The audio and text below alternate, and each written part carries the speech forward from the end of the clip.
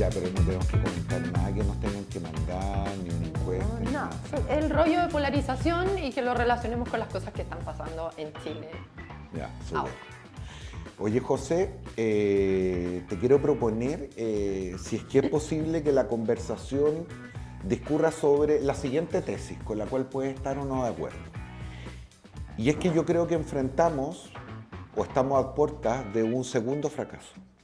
Porque cualquiera sea el resultado del 17 de diciembre, uno supondría que el esfuerzo que hay detrás de elaborar una constitución justamente tiene que ver con generar un nuevo acuerdo en torno a algo tan importante como el pacto social y político.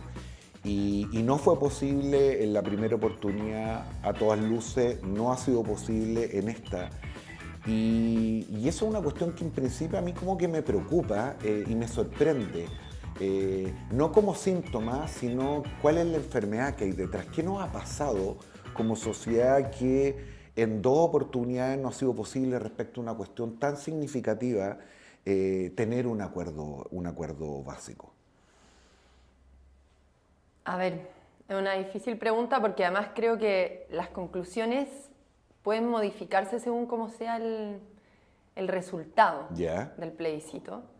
Porque yo tiendo a pensar que son escenarios no tan... Se ha tendido como a equiparar demasiado el proceso actual con el pasado.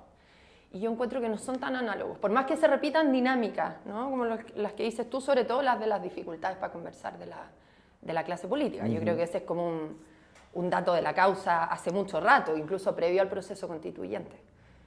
Uno podría pensar que incluso el acuerdo del 15 de noviembre del 2019 fue como una excepción a la regla en una clase política que ya llevaba mucho tiempo con muchas dificultades para conversar, ¿no? Para acordar.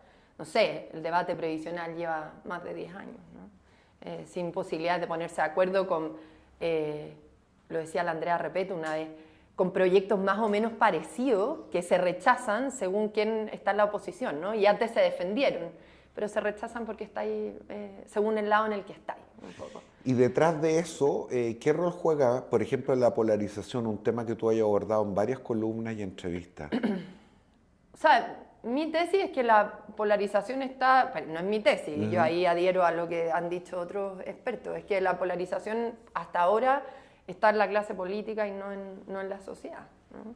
Que es un dato relevante porque describe bien la naturaleza además de la fractura entre política y sociedad, ¿no? O sea, si tienes una clase política polarizada, muy tensionada, que es incapaz de llegar a acuerdos, y al mismo tiempo una sociedad con posiciones no políticas, pero de ciertas demandas más o menos transversales y que sobre todo le pide una sola gran cosa a la política o dos grandes cosas conectadas, que sea capaz de ponerse de acuerdo, porque cuando se pone de acuerdo significa que dejó de hablarse a sí misma y defender sus intereses y pensar en Chile, servir al país, y ser capaz de dar certidumbre. Yo creo que esas son como las dos, en eso se resumen las dos grandes demandas de una ciudadanía muy diversa en todos los demás sentidos, ¿no? Muy heterogénea en todo lo demás, pero en esas dos exigencias yo creo que se unen posiciones y grupos muy disímiles, ¿no? Pero me parece que en torno a esas dos cosas están muy unidas las grandes mayorías, ¿no? Es muy que si ese es el diagnóstico... Perdón, una sola cosa, y en el fondo esas dos grandes aspiraciones no son respondidas porque toda la dinámica al interior de las élites políticas es de una confrontación donde no hay ningún, por así decir, ningún incentivo para llegar a acuerdos. Ya, lo que pasa es que en esa tesis de que la polarización es de las élites y no necesariamente de los ciudadanos, claro, se me viene a la cabeza el símil de que quien organiza la fiesta, quien es el anfitrión, el primero que se le pasaron los tragos, que hizo el loco, que dio jugo, y sin embargo los espectadores, que no son necesariamente los que tienen mayor responsabilidad con organizar, con poner la música, en fin, miran con algo de perplejidad esta cuestión. Pero hay dos puntos que tú tocaste que me parecen que son bien trascendentales, y es que la fuente entonces de desprestigio de la clase política tiene que ver con el incumplimiento de su principal y más básica promesa, que es justamente representar los intereses de los ciudadanos de manera más o menos equitativa y ponerse de acuerdo para resolver sus problemas. Eso supondría entonces o explicaría que esta distancia, que este casi desprecio que tiene un grupo muy importante de ciudadanos con la élite es completamente transversal. Y si es completamente transversal, entonces, ¿cuál es el efecto que probablemente tiene en procesos electorales como el que vamos a enfrentar? ¿Cuánta gente de la que votó rechazo el 4 de septiembre va a votar en contra el 7 de noviembre porque está hasta la tusa con la clase política y todo lo que venga de ahí le resulta refractario? O sea, yo creo que no sabemos todavía, yo creo que queda mucho todavía, aunque queda poco tiempo, yo creo que pueden pasar muchas cosas en las semanas que vienen. Porque creo, y esto lo han dicho varias personas, también lo decía Pepe Out, se va a jugar mucho, a diferencia del proceso anterior, en las últimas semanas, ¿no? Porque mucho de el alto porcentaje que tiene el en contra también tiene que ver con un desapego de la ciudadanía, más que con un enojo como el que había el año pasado, ¿no? Con una tensión, además, mediática muy alta por mucho tiempo, por un año casi completo, ¿no? Este proceso parte muy cuesta arriba, ¿no? Ya desde marzo, previo a las elecciones, a las grandes mayorías no querían nada con esto, ¿no?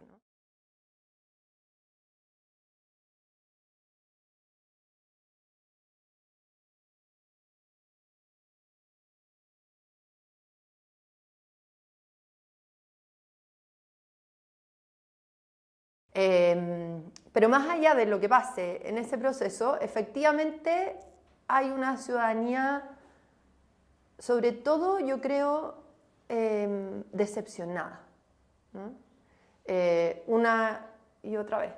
Y eso va generando desapego y va generando dinámicas de que se vayan todos.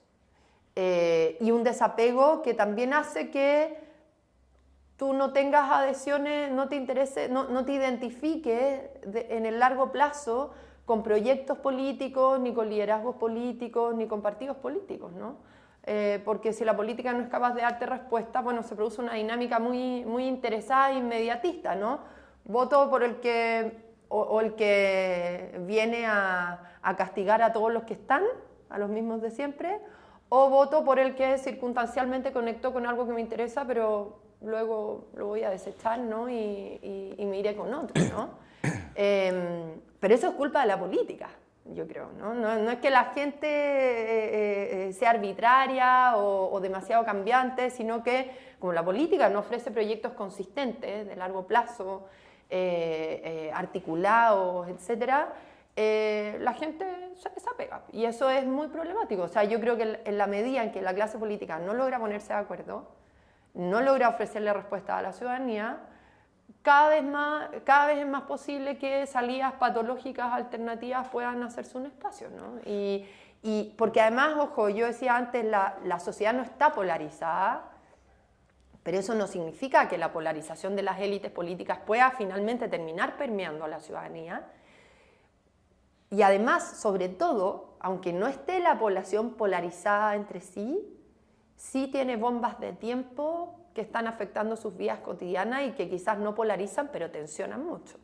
El tema de seguridad, el tema migratorio, sobre el cual si no hay respuestas o en paralelo no hay una clase política que se pone de acuerdo y va resolviendo otro tipo de problemas de la gente también va diciendo, bueno, voy a buscar a quien venga a decirme que va a poner mano dura, al fin escuchar todas las dinámicas que conocemos, ¿no? Que solo profundizan el deterioro institucional, ¿no? Sí, hay algo extraño ahí, porque lo que tú describes es la antesala de lo que uno podría definir en términos más académicos, el populismo. Que el populismo es menos el proveer de soluciones aparentemente sencillas a problemas complejos. El populismo, me parece a mí, tiene que ver con una cierta actitud, con una posición, de pensar que los ciudadanos somos en general sujetos virtuosos que tenemos la tragedia de estar dirigidos por una manga de corruptos, holgazanes y personas que están más preocupadas de sus privilegios y prebendas que de servir a los ciudadanos. Sin embargo, esa dinámica Es raro que no sea identificada por la clase política tradicional. Tú recién decías una frase a propósito de las bombas de tiempo. Es decir, las oportunidades que tiene la política son pocas. Y en los sectores más moderados de uno y otro lado deberían entender que cuando se cae la rama del árbol se cae con todos los monos que estaban arriba, no solamente con algunos. ¿Cuán consciente crees tú que está la clase política de que está viviendo un momento crítico y la posibilidad de que se los jubilara a todos por cualquier experimento populista va justamente contra este instinto de sobrevivencia? Porque en algún minuto lo que nos ocurrió, como suele pasar, es que nos dimos cuenta que el miedo es un movilizador político muy significativo. El acuerdo del 15 de noviembre básicamente tenía que ver con eso.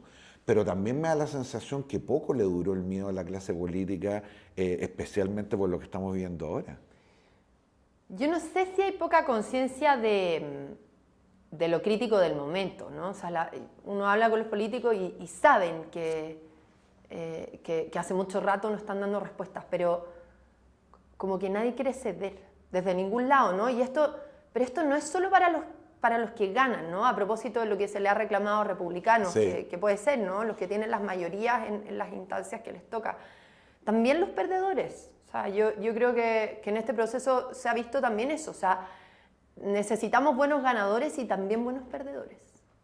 Entonces, mi sensación es que hay una clase política que tiene claro que hay bombas de tiempo, que estamos en un escenario crítico, pero que ningún lado quiere ceder, ¿no?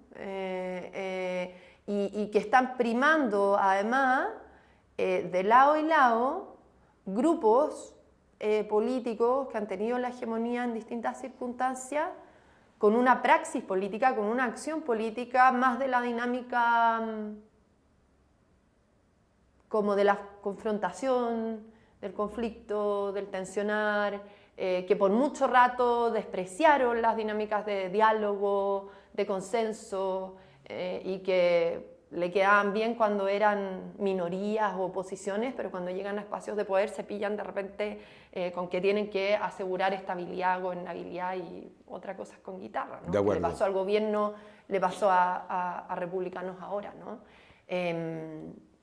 Y por algo son grupos que están súper tensionados por dentro, ellos mismos, ¿cachai? Porque están los que toman conciencia de, bueno, llegamos al poder y eso exige ciertas responsabilidades que estemos dispuestos a ceder, a entregar, etcétera, versus los que se ponen duros, ¿no?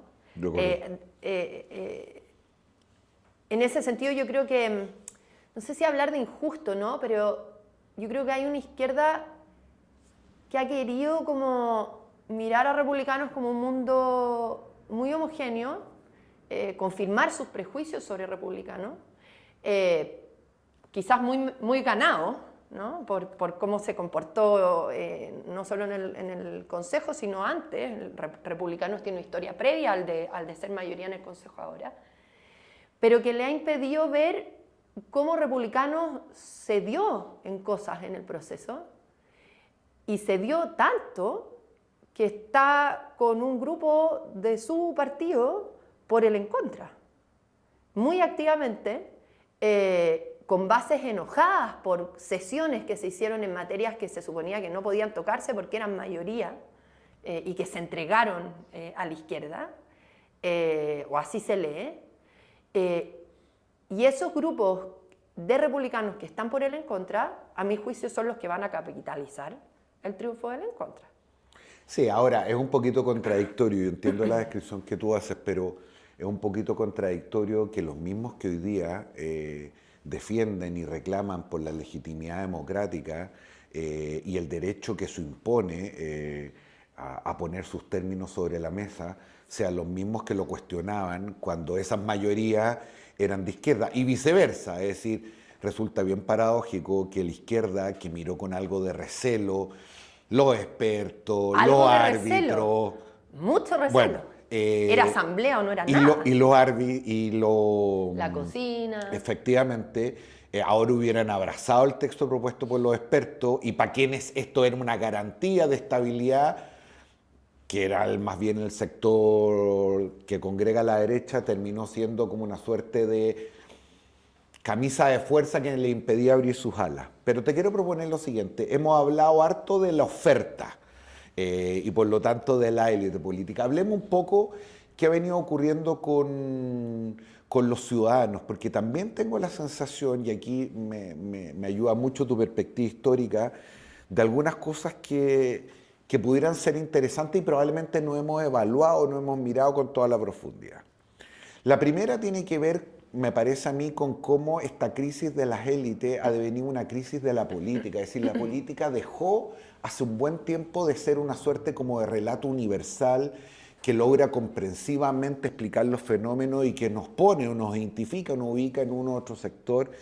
Toda esta irrupción de la política de las causas, de la política de la identidad, de este nivel de fraccionamiento que no solamente electoral, sino que también ideológico y político, hace muy difícil que esta élite pueda efectivamente asumir de manera más colectiva y estructural los desafíos que tiene por delante. Bueno, así es. O sea, Juan Pablo Luna lo dijo harto para el estallido, ¿no? Como había una historia mucho más larga, ¿cierto? Que nos llevaba incluso a los 90, de desvinculación de los partidos respecto de las personas, respecto de sus bases, ¿no? Y que los partidos siguen, y les advertía, ¿no? Los partidos les siguen hablando a sus bases cuando ganan, sobre todo a nivel de campañas presidenciales, no ganan por sus bases, ¿no? Ganan por unas grandes mayorías que votan por ellos, pero que luego pueden pasar, digamos, de Boric a republicanos, ¿no?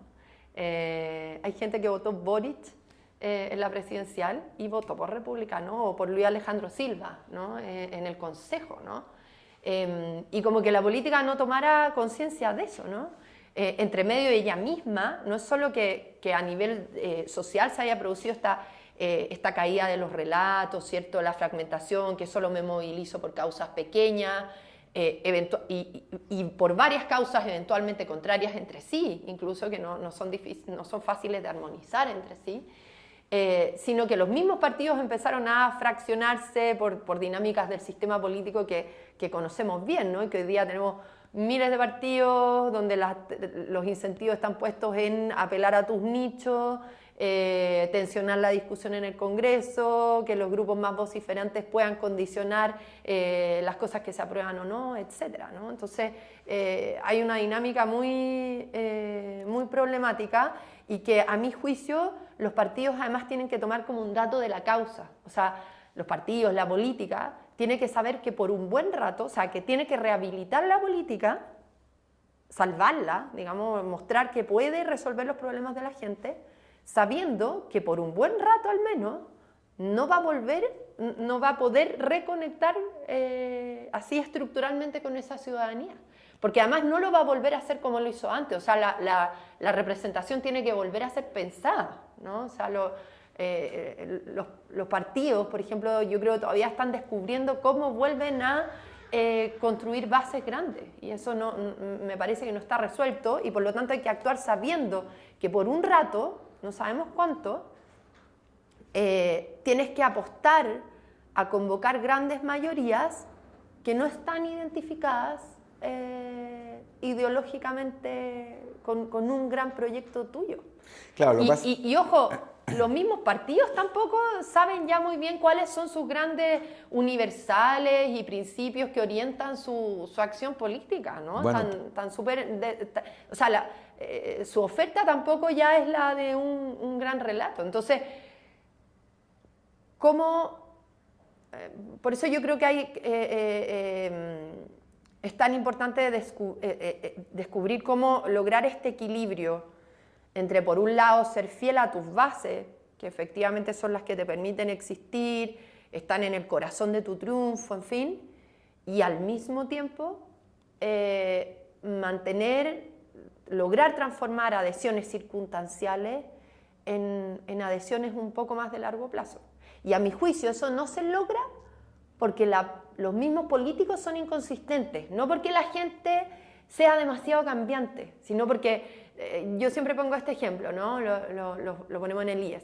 Sebastián Piñera llega a su último gobierno prometiendo articular mérito y solidaridad. Lo único que hubo de eso en su gobierno fue un show, una puesta en escena sin ningún impacto real con la clase media protegida. Y el resto fue, apenas ganaron, se confundieron y gabinete sin complejo, ¿cierto? Y como cerrar un portazo al proceso constitucional porque era un invento, el malestar era un invento de la izquierda, ganamos como ganamos porque la gente está satisfecha con el modelo. Entonces tú dices, ¿cómo tanta inconsistencia? O sea, como si ganaste con un discurso, no te mantienes fiel a ese discurso. Obviamente la gente te quitó el apoyo al día siguiente, ¿no? Y ese problema se repite una y otra vez. Uno también lo podría decir respecto de Gabriel Boric, la conexión que él hizo cuando pierde en la primera vuelta y que le permite ganar en la segunda, fue una conexión que a mi juicio no ha logrado mantener de forma consistente en su gobierno, ¿no? Que es el descubrir que tenía que asegurar no solo moderación, sino que era capaz de convocar a grandes mayorías en torno a, vuelvo a lo que decía antes, entregar certidumbre en todos los ámbitos de la vida, lo que significa promover cambios profundos en un ámbito y al mismo tiempo una agenda importante respecto a la seguridad, al narcotráfico, a la migración.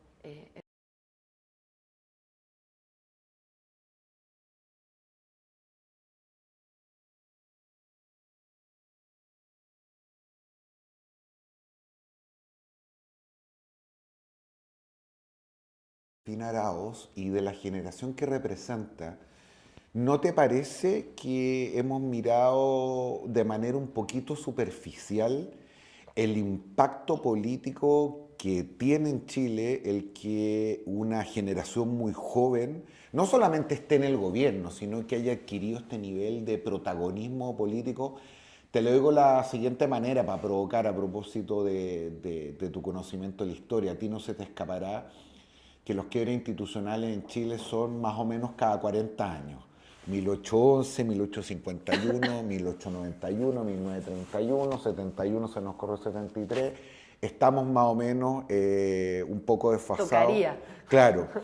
Y siempre me ha parecido que detrás de eso hay la idea de una nueva generación que siente que parte desde cero, sin historia, y que por lo tanto el quiebre, la escasa lealtad, la inexistencia de track, de historia para atrás, justamente tiene que ver con esta pulsión y con este mayor nivel de protagonismo. Estamos en presencia además, detalles más, detalles menos, de la generación más privilegiada en la historia de Chile, la que probablemente más oportunidad ha tenido.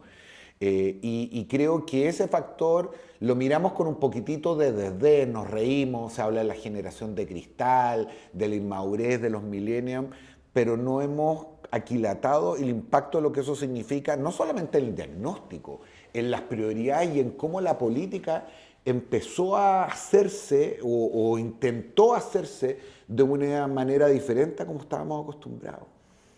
Bueno, varias cosas. Es mi generación, de hecho. Sí. Yo soy crítica de este gobierno, no me identifico con él, pero es mi generación. El presidente tiene un año más que yo. Y por lo tanto, aunque esté en una vereda ideológica distinta, uno sabe que es parte de un mismo imaginario, ¿no? Y es curioso porque yo creo que ciertos puntos ciegos de este gobierno y de su entorno tienen que ver con cosas particulares de la dinámica con la que surge el Frente Amplio, el discurso tensionador, la interpretación con la que nace, ¿no? A partir de esta denuncia de la concertación, que tiene mucho sentido, ¿no? Toda nueva generación hace la crítica, la tiene que hacer. Pero a mi juicio fue una crítica que no fue capaz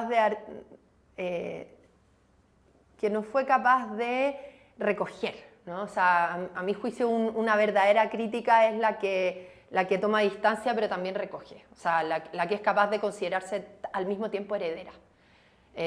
Yo siento que el Frente Amplio y es cosa de ver cómo asume el presidente Gabriel Boric. Solo se considera heredero del camino que quedó truncado, con una interpretación además muy particular de por qué queda truncado, con la Unidad Popular. Pero no hay ninguna herencia que valga la pena cuidar respecto de quienes los anteceden de forma inmediata, ¿no? ¿Incluso en el presidente te parece eso? Porque yo creo que lo ha ido entendiendo al menos a nivel personal y trata, pero no lo ha logrado, a mi juicio no se logra transformar en un relato. O sea, por algo Giorgio Jackson tuvo el nivel de conflictividad que tuvo y salió como salió del gobierno, ¿no? Peleado sobre todo con parte del mundo que está en el oficialismo, ¿no? Entonces, yo creo que Gabriel Boric lo intuye, ¿no? Y lo ha ido elaborando, pero no sé si lo logra traducir en implicancias para el proyecto y para la forma de actuar políticamente a nivel colectivo, etcétera, ¿no? Lo que pasa es que quizás los incentivos, Josefina Arauz, no están bien puestos, diría un economista. Tu generación, la generación del presidente, que tiene 40 años de política por delante, que a esta altura, habiendo fracasado o a lo menos no habiendo logrado lo que tenían en mente en su primera administración, quizás el objetivo es no suicidarse políticamente. Y probablemente este ejercicio de mayor comprensión, de recoger, como dices tú, tiene un costo importante para su grupo de referencia, para su claque, para su 30%. La pregunta es ¿por qué habría el presidente a esta altura o esa generación de quebrar esa base de apoyo, la perspectiva futuro que tienen, si es que eso no necesariamente va a reeditar en mayor éxito, no solamente electoral, sino que político, y sí en una mayor tensión interna? O sea, varias cosas. Si estáis en la política por algo más que el poder por el poder, y estáis movilizado por cuestiones sustantivas, debiera inspirarte algo más que asegurarte a tus duros que te permiten de repente, de vez en cuando, llegar al Congreso y al gobierno, ¿no? O sea, tiendo a pensar que al menos a Gabriel Boric lo movilizan cuestiones más sustantivas que un afán como desnudo, ¿cierto? Vacío de poder. Pero además por lo que hablábamos antes, ¿no? Porque si tienes verdadera vocación de poder, tienes vocación para algo más que un tercio que te permita construir mayorías para echar a andar procesos como los que has prometido, ¿no? Y eso exige hablarle a más gente, ¿no? A bases ciudadanas que no se identifican con las aspiraciones específicas de ese grupo más duro, más fiel, ¿no? Y por eso, de nuevo, esa pregunta por ese equilibrio entre cómo mantienes fidelidad de tus bases y al mismo tiempo convocas a grandes mayorías de forma consistente en el largo plazo, ¿no? Porque si no los proyectos van a estar desarmándose todo el rato, ¿no? De acuerdo, pero esa parece ser la tensión probablemente más importante que ha discurrido por el presidente, para ponerlo en términos más metafóricos, la tensión entre el corazón y la razón, que pareciera que las nuevas condiciones de posibilidad del escenario político obligan a mayores ejercicios de moderación, de conversación, de diálogo. Pero porque el gobierno, quienes llegaron al poder, llegaron con un diagnóstico también equivocado, que es en parte el diagnóstico que estuvo en la convención. Entonces, el presidente, todo su mundo, creían que, esto se lo dijo Juan Pablo Luna, quien los apoyó, ustedes creían que el recambio en las élites, que porque ahora llegaba Isquia Siche a Temucuicui y no Chadwick, lo iban a recibir con los brazos abiertos y los recibieron a balazos, ¿no? De partida una cosa así de elemental, pero también a nivel de diagnóstico y de interpretación del país, ¿no? Y es cosa de ver lo que se instaló para el estallido. Acá las grandes mayorías están con nosotros. La tesis del despojo, la tesis de no son 30 pesos, son 30 años, la tesis de no tenemos nada que perder. Y fue una interpretación equivocada. Porque esa era la de un tercio, pero para volver a mi fórmula inicial, hay que ser capaz de hacer denuncia y crítica, pero también entenderte como heredero, que tienes que cuidar algo de lo que estás recibiendo. Y la tesis del despojo, la tesis del no eran 30 pesos, eran 30 años, es una que cree que no hay nada que cuidar, ¿no? Y que la gente solo ha experimentado el abuso, el maltrato, la pérdida, que no tiene nada. Resulta que las personas, no es mi platita, ¿no? O sea, la gente tenía hartas cosas que cuidar, que le importan y quiere cambios estabilizadores, no transformaciones totales, tiene identidades, una cultura política donde hay cosas que importan, que tiene que ponerle límite a la acción transformadora de estos grupos que llegan como con tanta épica, ¿no? Y perdón, una cosa que iba a decir al inicio, que hay dinámicas como propias del Frente Amplio, problemas propios del Frente Amplio que tienen que ver con esta tensión de no saber entenderse como herederos y por lo tanto no lograr elaborar qué es lo que tienen que cuidar, levantar esa pregunta de cómo cuidar también cosas y no pasar por encima de todo.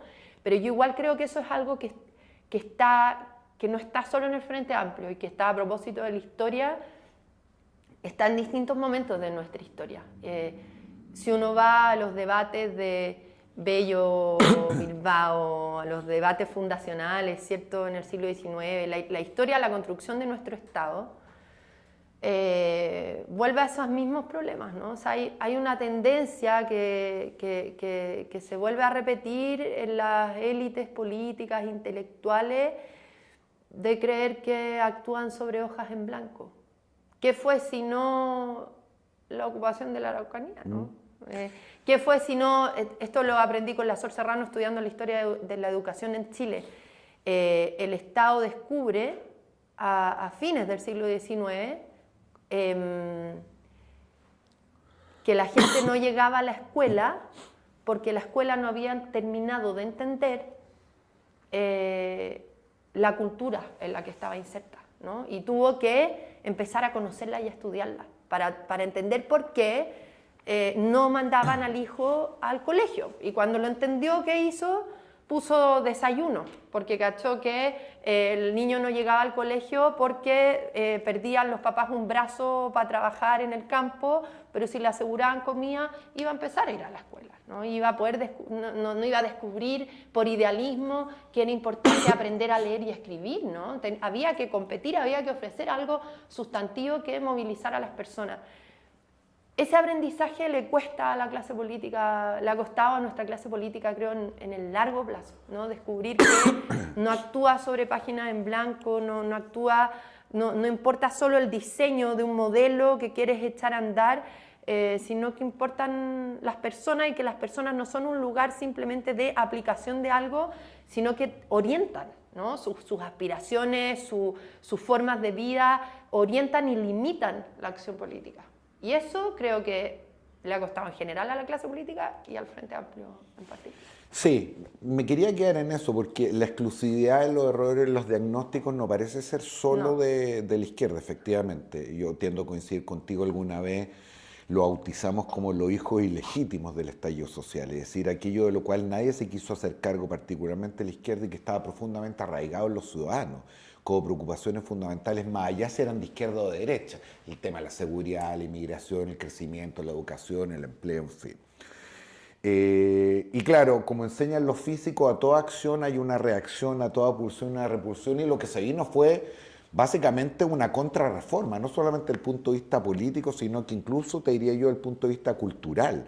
El octubrismo desapareció, y si es que lo pudiéramos decir así, por el septiembrismo, y la pregunta es, ¿cuánto dura esto? Porque a rato, a mí, podremos largamente discutir sobre el origen, magnitud y las consecuencias del estallido social, pero lo que me parece un despropósito es a estas alturas, como sostienen muchos, suponer que lo que ahí ocurrió fue básicamente inventado por un grupo de violentistas, animado por puros periodistas de izquierda, donde no hubo violación a los derechos humanos por parte de la policía y un invento, los centenares de personas que quedaron sin un ojo. Es decir, esta falta de equilibrio que no hay no solamente en términos electorales, sino que en lo que domina el debate público, a pasar de blanco a negro sin intermediario.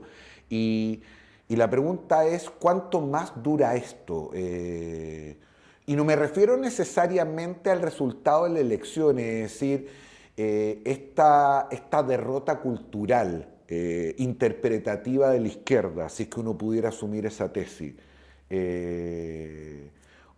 que tiene como correlato el triunfo de la derecha. ¿Cuánto dura en este escenario de electores mucho más promiscuos, menos ideologizados en los claves tradicionales, en fin? O sea, vuelvo a lo que yo decía antes, la fractura entre política y sociedad es un hecho, es un dato de la realidad.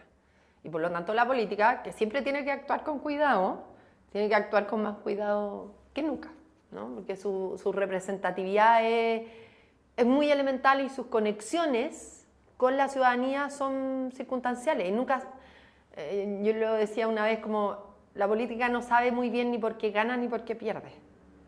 Y sin embargo, al mismo tiempo, cuando gana, como que se vuelve loca, ¿no? Ese es un patrón de nuestra política en el último tiempo. Entonces, ¿cuánto dura lo que se demore la política en terminar de tomar conciencia de eso, ¿no? Y empezar a moverse con más cuidado del que se ha movido, ¿no? Contener las borracheras electorales, generar condiciones para un diálogo efectivo, que no significa renuncias a identidades políticas o a guiños a una ciudadanía con la que pareces haber conectado en un momento, sino ser capaz de asumir que si no consideras al adversario no vas a conseguir mayorías para avanzar en lo que quieras avanzar. O sea, además es una cuestión, además como de estrategia muy elemental, ¿no? Como que uno tiene la sensación de que cada grupo orada, cada vez que le toca hacer mayoría, orada las condiciones para el diálogo que luego le va a permitir actuar como mayoría efectivamente, ¿no? Acerruchan su propia rama. O sea, el Frente Amplio las destruyó mientras fue oposición, ¿no? Entonces uno dice, bueno, ya no se puede pasar la derecha pasando factura, pero es que igual es comprensible que lo haga y entonces después van a hacer lo mismo y el círculo vicioso, ¿no?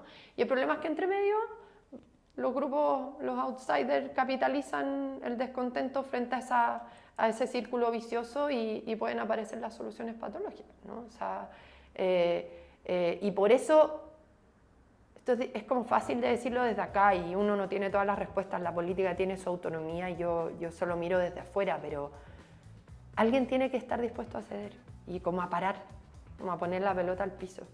Pero eso implica renuncias dolorosas, ¿no? De los ganadores, pero también de los perdedores, ¿no? Y en ese sentido mi llamado es como a no estar pasándose factura todo el tiempo y tratar de hacer interpretaciones precisas y honestas de las circunstancias, ¿no? Y estar dispuesto a perder o estar dispuesto a ceder si eres ganador por un bien mayor que no es solo un servicio así como por sacrificio a Chile, sino que es lo que te va a permitir contar con un contexto donde seguir siendo mayoría, ¿no? Y no volver a perder cada vez que llegas al poder, ¿no? Pero en fin, si algo tengo claro yo es que el 18 de diciembre, pase lo que pase, las condiciones para ese diálogo van a seguir igual o